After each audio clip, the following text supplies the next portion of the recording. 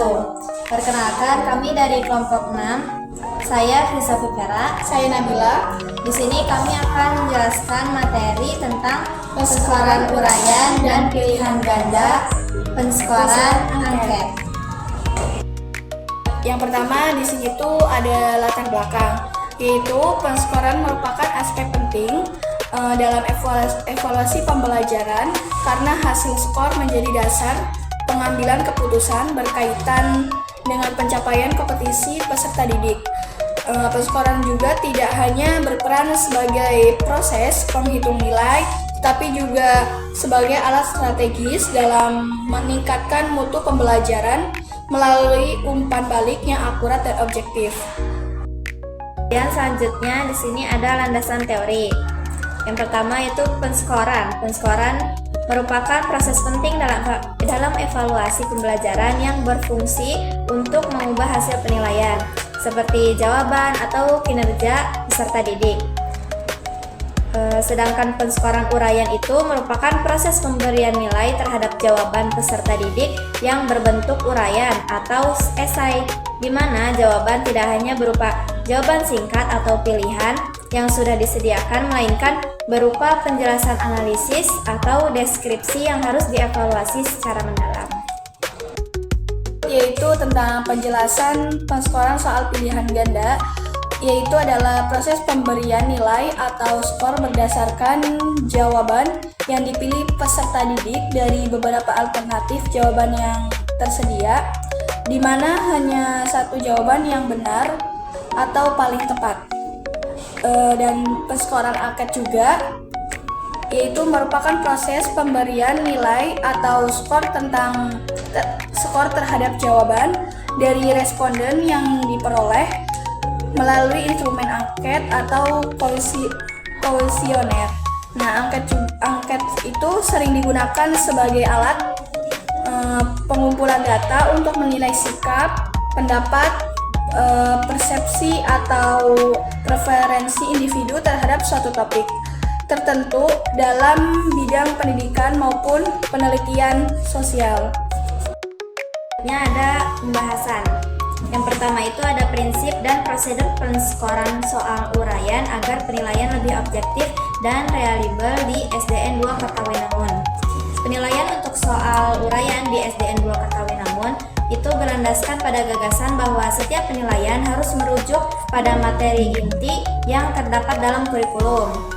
Para guru di sekolah ini juga menyesuaikan metode pengajarannya dengan tingkatan kelas dan kemampuan bahasa siswa agar mereka dapat memahami serta menjawab soal dengan baik. Kemudian proses penskolaran itu sendiri dimulai dengan membaca semua jawaban siswa dan kemudian membandingkannya dengan kriteria yang telah ditentukan dalam rubrik penilaian yang sederhana. Kemudian guru di SDN 2 Kertawinangun itu memberikan penilaian dengan mempertimbangkan apakah jawaban siswa itu memenuhi tujuan dari soal dan menghargai usaha berpikir yang dilakukan siswa juga.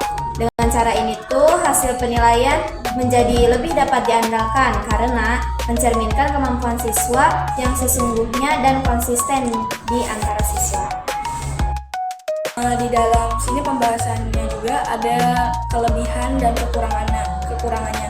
Nah, yang pertama itu kelebihan di SDN 2 Kertawinangun itu yaitu memiliki beberapa keuntungan bagi guru dan siswa. Salah satunya itu siswa itu dapat lebih mudah mengingat materi yang telah diajarkan karena adanya opsi jawaban yang disediakan. Nah, kemudian juga bagi siswa yang sudah familiar dengan bacaan dan memahami pelajaran juga bisa dengan cepat menghubungkan soal dengan bahan yang telah dipelajari, sehingga juga dapat meningkatkan daya ingat mereka. Selain itu, soal pilihan ganda juga membuat proses penilaian menjadi lebih cepat karena siswa tidak perlu lagi untuk merangkai jawaban panjang seperti yang ada pada soal tersebut. Terus buat kelemahannya yaitu yang mana ketika guru hanya menggunakan soal pilihan ganda yang sederhana, untuk menilai pemahaman konsep matematika yang kompleks.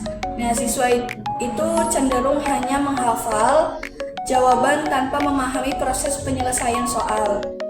Terus ada juga tentang cara mengatasi dalam kelemahan tersebut di SD 2 Kertawinangun itu, yaitu di mana menerapkan soal pilihan ganda yang kompleks menuntut siswa untuk membaca dan memahami konteks soal lebih dalam sebelum memilih jawaban yang tepat. Selanjutnya ada mekanisme penskoran angket di SDN 2 Kertawinangun. Jadi di SDN 2 Kertawinangun ini proses penilaian angketnya dilakukan dengan melibatkan partisipasi aktif dari siswa. Mereka diberi kesempatan untuk merangkai pertanyaan angket yang relevan dengan materi yang telah diajarkan, juga menilai jawaban dari rekan-rekan mereka. Metode ini berkontribusi pada pembelajaran siswa dalam menyusun soal serta menilai dengan cara yang adil dan objektif. Nah, dalam merumuskan pernyataan angket itu, guru memastikan bahwa pernyataan tersebut selaras dengan pengalaman yang dimiliki siswa serta keadaan sosial di sekitar.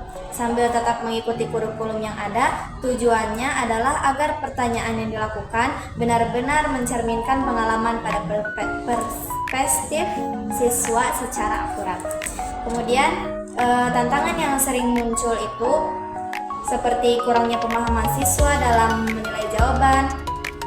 Nah, tapi masalah ini tuh dapat ditangani oleh guru, yaitu dengan memberikan panduan dan membangun kepercayaan kepada siswa dengan menyediakan kata kunci penting agar mereka bisa melakukan penilaian dengan benar. Guru juga menyadari bahwa soal pilihan ganda tidak bisa mengukur semua kemampuan siswa. Oleh karena itu, dalam situasi tertentu seperti evaluasi yang membutuhkan kemampuan berargumen atau menyimpulkan, guru lebih memilih menggunakan soal uraian atau metode penelitian yang lain yang memungkinkan siswa untuk mengekspresikan pikirannya secara bebas. Jadi pendekatan yang digunakan ini menjadi solusi agar penilaian lebih cepat dan efisien sekaligus mampu menggali kemampuan berpikir kritis siswa secara maksimal. Kesimpulan ya, di sini kesimpulan yang kita ambil yaitu penskoran yang baik akan meningkatkan kualitas evaluasi pembelajaran. Yang mana soal uraian itu mampu menggali kemampuan berpikir mendalam, soal pilihan ganda memberikan penilaian yang objektif dan efisien, sedangkan angket itu memberikan gambaran sikap dan persepsi siswa dengan penerapan penskoran yang tepat. Dan guru juga dapat memberikan penilaian yang lebih adil, terus konsisten dan sesuai standar kurikulum.